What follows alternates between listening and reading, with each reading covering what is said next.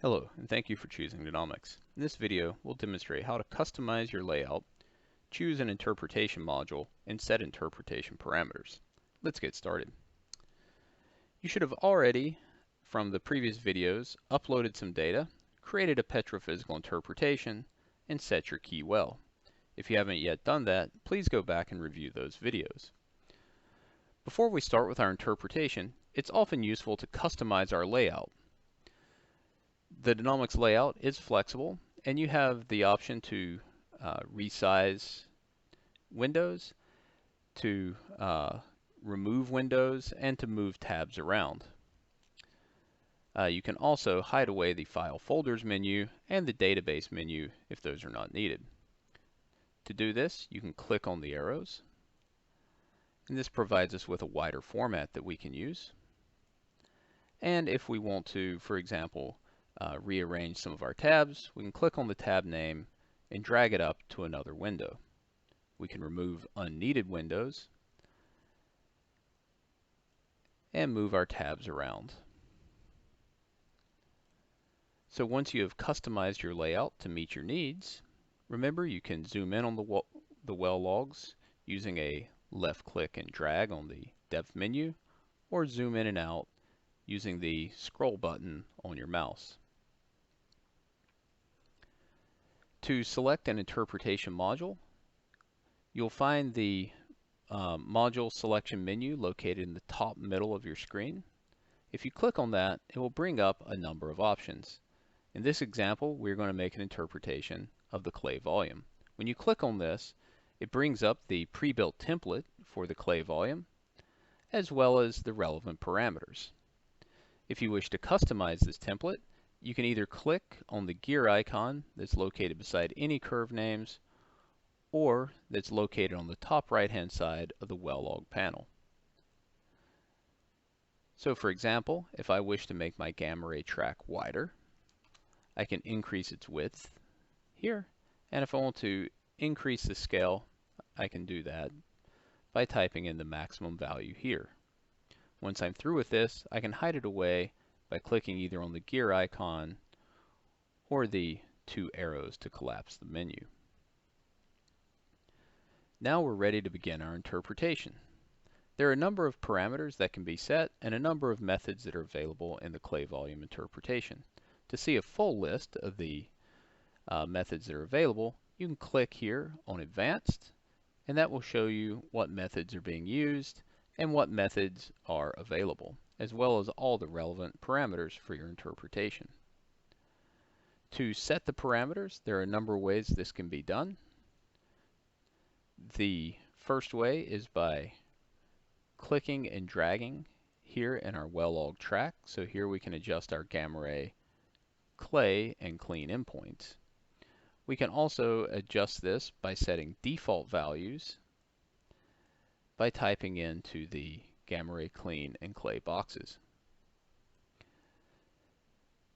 We also here we have some lithology defaults, and these defaults provide us with a customized default based on lithology.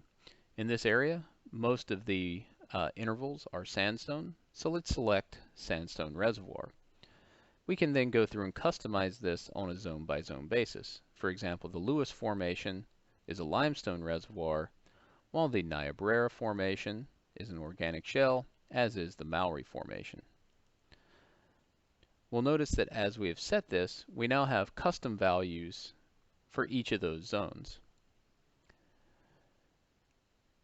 We will also, in addition to be using the gamma ray method for Vclay, we'll also be using the neutron density method. For the neutron density, it's most useful to set these parameters via a cross plot. This can be done zone by zone through dragging and dropping. We can select a zone that we would like to interpret, and it'll bring up its parameters. And we can also select multiple zones. In this case, several zones all share similar properties, so we'll select these. When multiple properties are selected, when you move the properties for one, you're moving them for all if they have the same value. We can also interpret formations individually.